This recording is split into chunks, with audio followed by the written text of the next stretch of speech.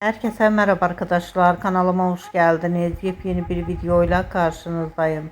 Başarılı ve karizmatik oyuncumuz Can Yaman'dan yepyeni paylaşım geldi.